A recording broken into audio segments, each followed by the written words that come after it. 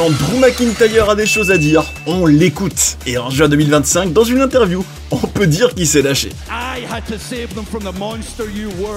Est-ce que sa feud contre Damien Priest pour WrestleMania 41 l'a frustré? Déteste-t-il vraiment CM Punk? Quelle est sa relation avec The Rock? Attrapez-vous un café et discutons de tout ça. Vous êtes bien sur Johnny Catch, mon avis tranché sur l'interview de Drew en juin 2025. C'est parti.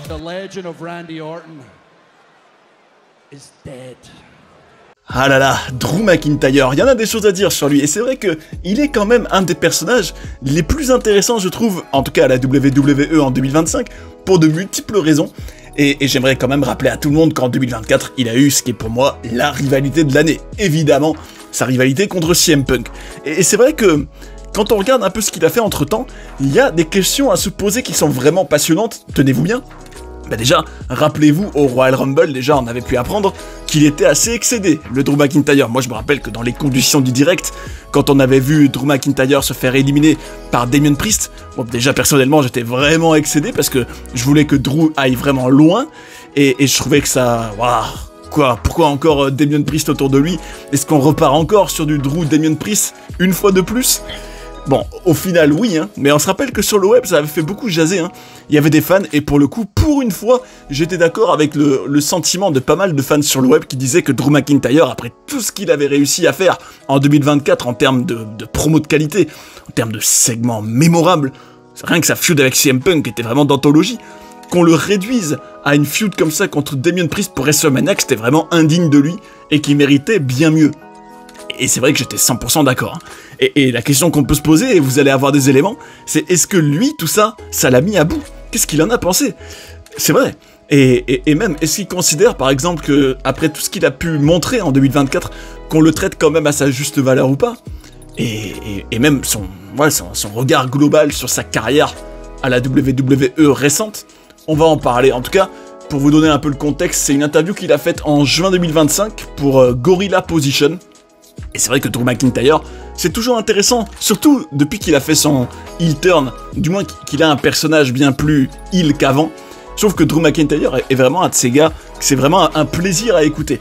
En fait, vous aurez remarqué, hein, tout comme dans son personnage à la WWE, il est vraiment bien plus tranchant qu'avant. C'est vrai que je me rappelle d'une époque où Drew McIntyre était le champion babyface, hein.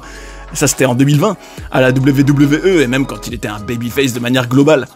Et c'est vrai que Drew... il était bien plus fade à l'époque, c'est vrai, c'était un peu le gendre idéal, en tout cas il avait ce côté bien plus, on va dire, passe-partout, bien plus politiquement correct, alors qu'on a vraiment l'impression que depuis sa feud contre CM Punk, ah il est en roue libre, j'ai envie de dire, il est en Drew libre, c'est vrai, et forcément, et tant mieux, je préfère largement un Drew McIntyre comme ça qui se lâche, qui dit des gros mots, ça on s'en fiche un peu, ça mais bon c'est toujours marrant, mais en tout cas qui... se soucie plus du tout de son image, qui n'hésite pas d'ailleurs à vraiment clasher les autres, à clasher les fans du web, à clasher vous savez, les fameux marks. Et d'ailleurs, vous allez voir qu'il a fait un petit jeu de mots sur ça. Bref, un Drew McIntyre qui, au fur et à mesure de sa progression aussi, et de son éclosion totale en tant que vraie star, hein, c'est vrai que je trouve que Drew McIntyre est un des plus gros noms, hein, à la WWE. Et même au-delà, on rappelle quand même que Drew McIntyre a eu l'occasion d'être... en dehors de la bulle du catch à Hollywood, qu'il a même été pour une campagne pour la marque, vous savez, pour le Project Rock de The Rock, vous savez, le Final Boss. Donc qu'il est en gros limite devenu de plus en plus mainstream, le Drew McIntyre. Et c'est tant mieux, je suis content pour lui. Il le mérite, pour moi, il a une vraie dégaine de star, hein. Rien que physiquement, il est larger than life. Et d'ailleurs, commençons par ça, on sera amusé de dire que Drew McIntyre dit de lui qu'il est plus sexy que jamais. En tout cas, c'est indéniable que d'un point de vue physique, je trouve que c'est de plus en plus rare, hein, des poids lourds vraiment massifs et vraiment musclés. De nos jours, c'est devenu de plus en plus rare. Et c'est vrai que quand je vois Drew, je trouve qu'il a totalement raison dans le fait qu'il fait partie d'une époque, hein, où, en tout cas, il aurait pu faire partie d'une époque où ce genre de physique était bien plus courant, et que ça le rend rare aujourd'hui. Et ça, d'ailleurs, ça mériterait d'être bien plus valorisé. Mais il dit aussi que, justement, quand on lui pose la question, oui, physiquement, comment tu vis tout ça, comment tu vis ta carrière, comment tu vois l'avenir, c'est vrai que, personnellement, je critique le fait que la WWE fasse moins de shows qu'avant, fasse moins de shows non télévisés, parce que ça empêche les catcheurs de s'entraîner entre eux avant des matchs, pour ensuite avoir le meilleur match possible quand c'est à l'antenne. En gros, le fait qu'il n'y ait plus les house shows, comme on les appelait avant, fait que, à mes yeux en tout cas, bah, on voit bien plus de matchs ratés, enfin de matchs où tu ressens bien moins de complicité, tu sens bien moins de trucs travaillés, alors qu'avant c'était la norme qui est ça. Bon, c'est vrai que comme le dit Drew, et ça je trouve que c'est quand même un point positif hein, qu'il y ait moins de choses, c'est que lui pour le coup, en ayant un planning bien plus léger qu'avant, dans l'ère TKO on va dire, bah, considère que la longévité elle est bien meilleure aussi, qu'il se voit encore continuer un beau moment dans le catch hein, à la WWE, qu'il a bien plus le loisir de récupérer, et ça, est-ce que je trouve que c'est une bonne chose? Bah, je trouve que pour les catcheurs, c'est une bonne chose, et finalement, c'est vrai que ça pose une question, est-ce qu'il vaut mieux privilégier la qualité des shows et des matchs, et permettre à un match d'avoir vraiment moult répétitions avant de voir le produit fini, pour qu'il soit le meilleur possible, ou est-ce qu'il vaut mieux protéger les catcheurs, les faire souffler, moins les acculer, pour qu'ensuite ils aient le temps de récupérer et qu'ils soient en forme, pour qu'ensuite peut-être justement ils soient peut-être encore meilleurs dans leur match, ou est-ce qu'on considère que non, justement, plus on s'entraîne, meilleur on est, ou alors plus on récupère, meilleur on est. Vrai débat. Enfin bref, mes amis, un des sujets les plus intéressants de cette interview, ça concernait sa rivalité avec CM Punk, et on a pu avoir le regard de Drew dessus, et c'est vrai que ça se ressentait, mais c'est quand même cool d'entendre l'Écossais le dire, donc de lui-même, que selon lui en tout cas, il aimait vraiment pas CM Punk en 2024, et que cette rivalité était totalement réelle. Et c'est vrai que, personnellement, je suis toujours de l'école à dire que quand une storyline, une rivalité est basée sur du real, sur de la vraie vie, il y a jamais de meilleure rivalité que ça, qu'on y croit grâce à ça. Et c'est vrai qu'entre CM Punk et Drew, on y a cru à fond. Je me rappelle faire l'éloge de cette rivalité en disant à quel point tu sentais que Drew, par exemple, détestait vraiment le CM Punk et que c'était réciproque. Et pour le coup, Drew l'a confirmé.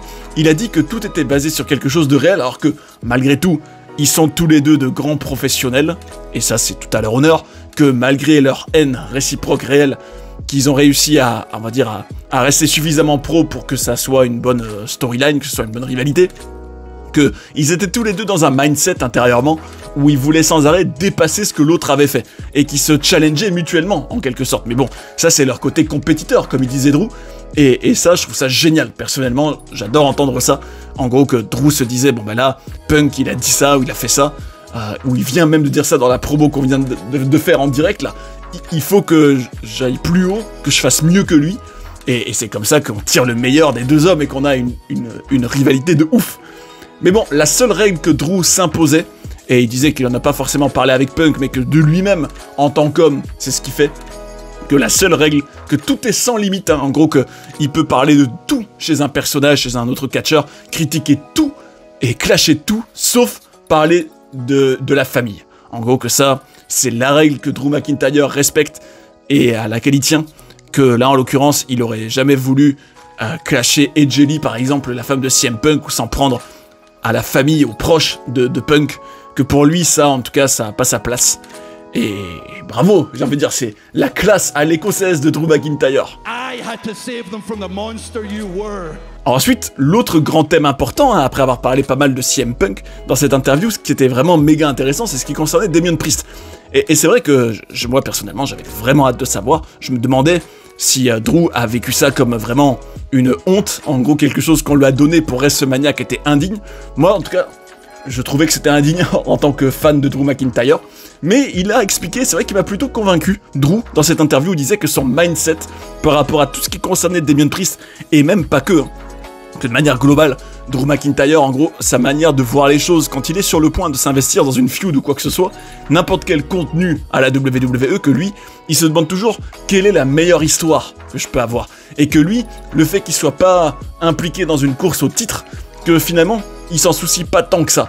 Et ça, personnellement, je trouve que c'est quand même une vraie approche intéressante de sa part. Bah, c'est vrai que, personnellement, et comme pas mal de fans, je me disais, Drew McIntyre a largement mérité, après 2024, après tout ce qu'il a montré, et ses sacrifices, et la qualité de son travail, que lui, il mérite largement d'être dans une quête pour un titre. Et c'est vrai que, moi, rappelez-vous, hein, les plus fidèles, que dans des fantasy bookings, j'ai déjà mis Drew dans des matchs, je me rappelle qu'à la base de la base, hein, ça remonte, mais que pour WrestleMania 41, je le voyais bien avoir un match contre Gunther pour le titre poids lourd, à l'époque, hein. C'est vrai, je l'imaginais bien. Alors moi, idéalement, j'aurais fait un Brock Lesnar contre Drew McIntyre, contre Gunther, un triple threat pour le titre poids lourd, ça aurait eu de la gueule, hein. Croyez-moi, ça aurait vraiment déménagé. Ce qui montre bien que pour moi, Drew avait largement sa place dans la chasse au titre. Mais c'est vrai que Drew, alors autant il aurait pu vivre ça comme une frustration, hein, de pas être dans des feuds pour le titre. Bah, on va dire que à sa place, il y a eu Jey Uso contre Gunther et Cody et Cena. En tout cas en 2025, pour WrestleMania. Mais lui a dit que lui, ce qui comptait plus que tout pour lui, c'est d'avoir vraiment une bonne histoire. Il disait que lui, son regard, c'était « Quelle est la meilleure histoire que je peux raconter ?» Et c'est vrai que si tu regardes bien, celle contre Damien Priest, il y avait quand même de la matière. C'est vrai que Drew m'a un peu convaincu sur ça. Moi, je me rappelle qu'à la base, je rejetais beaucoup la feud entre Priest et McIntyre. Je trouvais que c'était indigne de Drew. C'était vraiment du remplissage et que c'était du déjà vu. Mais d'un autre côté, c'est vrai que Drew racontait en interview là que, bah, si tu regardes bien, il y avait une vraie histoire entre eux parce que Priest, en gros, construisait tous ses succès depuis des mois et des mois et des mois sur un peu les miettes de Drew. En tout cas, venait saisir les opportunités où Drew était faible. Évidemment, il y a le cash-in à WrestleMania 40, bien sûr, de Priest sur Drew. Il y a Clash at the Castle et l'élimination au Rumble, justement. Qui font que, gros, tous ces moments cumulés, tu te dis, oui, en fait, de ce que raconte Drew, on a quand même l'impression, c'est vrai, que Priest profite beaucoup des moments de faiblesse de Drew pour briller grâce à lui, se servir de lui, et que c'est un peu un caillou dans la chaussure de Drew, dont Drew doit se débarrasser, et qui doit lui botter les fesses, tout simplement. Et c'est vrai que Drew a expliqué que lui, tout ce qui compte pour lui, c'est qu'il puisse s'investir dans l'histoire, qu'il puisse connecter avec l'histoire, que ça lui semble réel, et pour lui en tout cas, ce lien avec Priest lui semblait réel. Alors pour autant, il a reconnu que lors du Royal Rumble de 2025, il a effectivement pris la mouche, et qu'il est parti du bâtiment en étant énervé. Et ça, personnellement, je trouve que c'est quand même assez marquant, se dire que Drew, ce jour-là, était sincèrement excédé.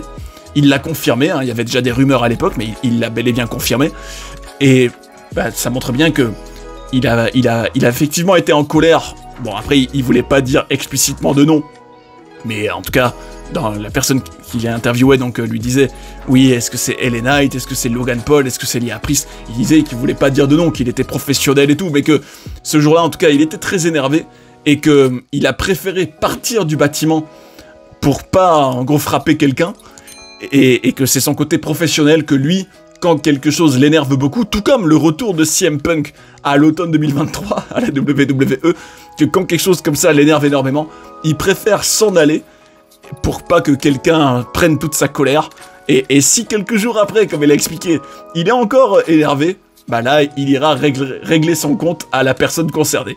Mais en tout cas, c'est à noter que ce Rumble 2025, Drew était vraiment excédé. Et d'ailleurs, puisqu'on a parlé de Mark tout à l'heure, ce qui est drôle, c'est que dans l'interview, on pose à Drew la question, oui, de quelle faction t'aurais aimé faire partie? Et c'est là qu'il a dit, bon ben, vous savez quoi, je vais jouer Mark Drew, en gros, je vais me mettre en mode Mark. Vous savez, les fans obsédés par la WWE du web, on va dire. Et il a dit que, bon, en se mettant dans ce rôle-là, qu'il y aurait que D-Generation X ou le New World Order qu'il aurait aimé rejoindre jadis avant qu'il y ait plein de membres.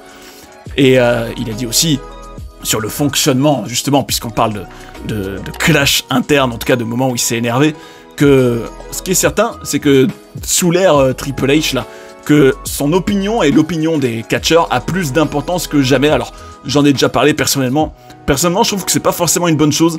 Je trouve que les catcheurs savent pas forcément ce qui est le meilleur pour eux, et qu'il faut un leader, justement, qui les guide et qui les dirige.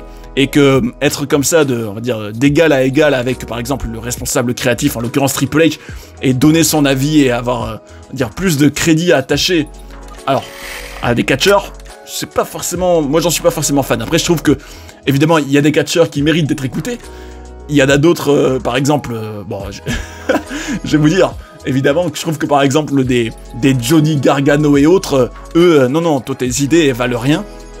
Tu vas faire ce qu'on te dit, point barre. C'est vrai, bon, après, c'est pas exclu qu'il ait peut-être un jour une bonne idée, hein. Bon, là, je déverse un peu ma colère sur Gargano, mais c'est pas forcément que par rapport à lui, hein. C'est vrai que je trouve que la tendance que Drew confirme à travers cette interview, c'est que les catcheurs ont pris bien plus d'importance, et que le problème de ça, c'est que ça peut partir un peu dans tous les sens, hein. C'est vrai. Mais en tout cas, ce qui est certain, c'est que Drew a dit que s'il était au pouvoir à la WWE, il se donnerait une augmentation, et il se donnerait son propre avion à Drew McIntyre, qui considère qu'il est peut-être pas traité à sa juste valeur. En tout cas, un catcheur dont il est proche, et il a eu l'occasion d'en parler un peu dans cette interview, c'est bel et bien le Final Boss, The Rock. Et c'est vrai que, personnellement, ça fait partie des choses qui m'ont quand même assez surpris depuis que The Rock s'est réinvesti à la WWE, c'est de voir que on a déjà eu des moments où tu les voyais interagir, alors pas forcément à l'écran, hein, mais je me rappelle d'une promo sur Instagram, enfin en tout cas d'une vidéo que The Rock avait faite sur Instagram où tu le voyais parler avec Drew. Tu voyais Drew recevoir une épée en cadeau de The Rock, et n'oublions pas non plus qu'en 2024, pendant la route vers WrestleMania, The Rock avait dit qu'il ferait perdre le titre poids lourd à Seth Rollins, et que c'est ce qui était arrivé avec Drew McIntyre juste après. Donc il y a quand même un peu un lien, et puis le fait aussi que Drew McIntyre était impliqué dans des projets hors catch avec The Rock quand même, très intéressant. Et il a dit que, et c'est quand même beau, que The Rock et lui sont proches depuis bien avant, que quand bien même il était à l'époque de 3MB, vous savez, juste avant de se faire virer de la WWE, que Drew McIntyre recevait déjà des conseils de The Rock ces années-là, que The Rock a toujours cru en lui, et ça je trouve ça vraiment tout à l'honneur du Final Boss, qui avait déjà mentionné Drew McIntyre comme une future star dès 2019, avant même que Drew prenne une autre dimension et gagne le Royal Rumble et soit champion WWE. Donc ça, je me dis, voilà, ils ont un vrai rapport, hein, une vraie relation de long terme entre eux. C'est beau à voir.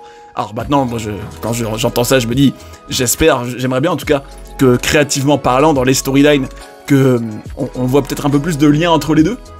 Je me rappelle que je me demandais si le fait qu'on voit Drew McIntyre et The Rock parler entre eux rapidement, hein, sans qu'on sache vraiment le contenu, tout début 2025, je me demandais est-ce que Drew par exemple pourrait être un peu un bras armé de The Rock pour peut-être faire perdre le titre à Cody Rhodes avant que justement il y ait John Cena, le heel turn, tout ça.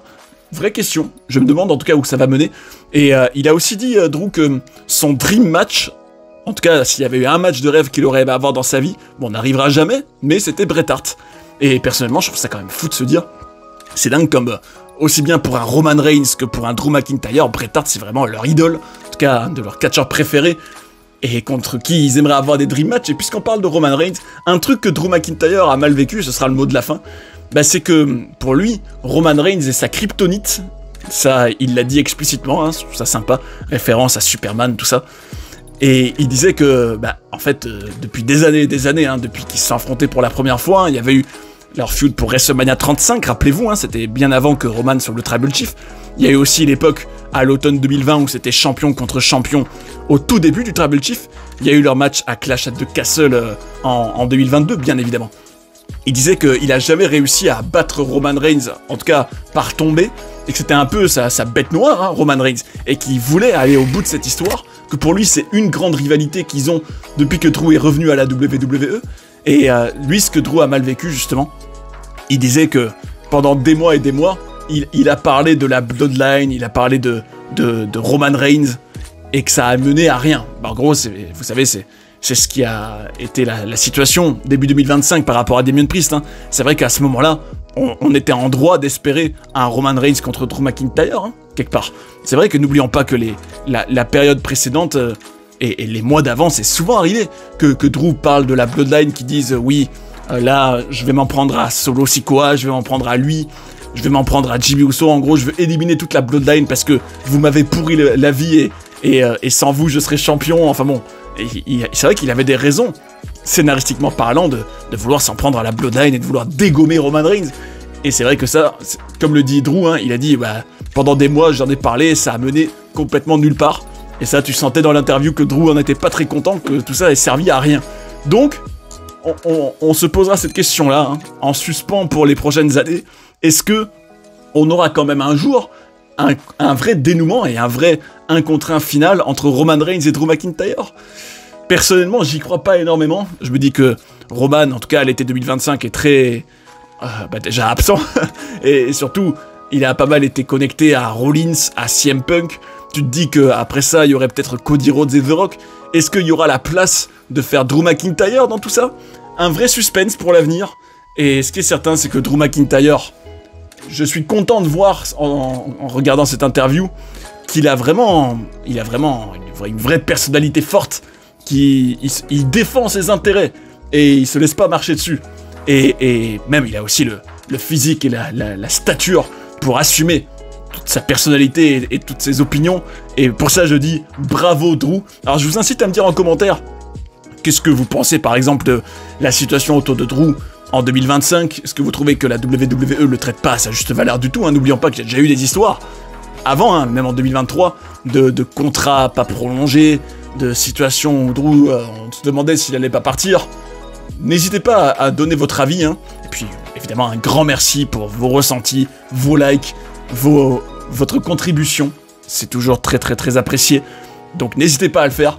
Merci du fond du cœur et espérons que Drew McIntyre ait quand même un jour son fameux dernier match contre Roman Reigns. D'ailleurs, si vous avez envie de découvrir des documentaires sur des personnages incroyables ou d'apprendre plein de coulisses et de controverses de la WWE, j'ai tout ce qu'il vous faut ici.